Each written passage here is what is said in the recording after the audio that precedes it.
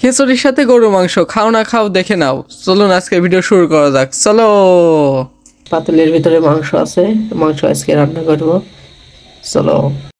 আল্লাহ কি মিথ্যা কথা বলে, তোর উপর আল্লাহর গজব পড়ুক, তোর যৌবন নষ্ট হয়ে যাক, তোর উপর ঠাটা পড়ুক শয়তান। সত্যি কথা বলতেছি আপু, আমি আজকে মাংস রান্না করব, চলো শুরু করা যাক। এখন তেল ঢালবো, চলো। তেল ঢালো, এই যে পরিমাণ মতো তেল দেওয়া লাগবে। আমরা পেঁয়াজ দিয়ে দিলাম, ঠিক আছে, দাও, সমস্যা নেই। পেঁয়াজ দেওয়ার পরে রসুন দিয়ে ভাজি করে নেব, তাহলে অনেক সুন্দর হবে।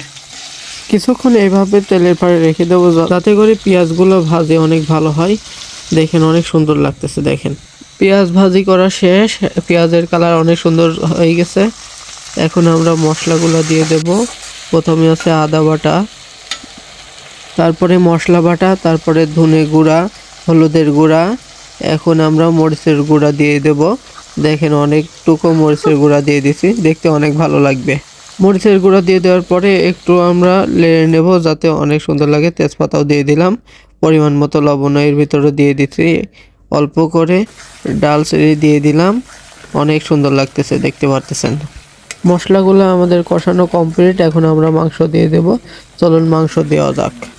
তো এখন আমরা মাংস দিয়ে দিয়েছি, দেখতে পারতেছেন অনেক সুন্দর গরুর মাংসের কালারটা ভালোই লাগতেছে, খেতেও অনেক সুন্দর লাগবে। তো মাংস দেওয়া শেষ, আমরা এখন নেড়ে দেব। নেড়ে দেওয়ার পরে কিছুক্ষণ ঢেকে রাখবো। আগে নেড়ে নেই, তারপরে আছে ঢাকনা দিয়ে ঢেকে রাখবো, অনেক ভালো কালার চলে আসবে। ঢেকে রাখার পর আমরা আবার ঢাকনা উঠিয়ে নেড়ে দেব।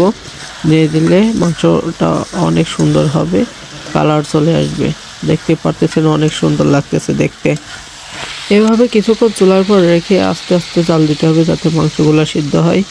একটু ঢেকে রাখবেন, একটু ঢেকে রাখার পর আবার উঠাবেন, উঠায় আবার নেড়ে দেবেন। নেড়ে দেওয়ার পরে আবার জাল দিয়ে এভাবে ঢেকে রাখা, ওঠানো, এভাবে করতে করতে দেখবে একসময় অনেক সুন্দর কালার চলে আসবে, দেখতে অনেক ভালো লাগবে, স্বাদও অনেক সুন্দর হবে।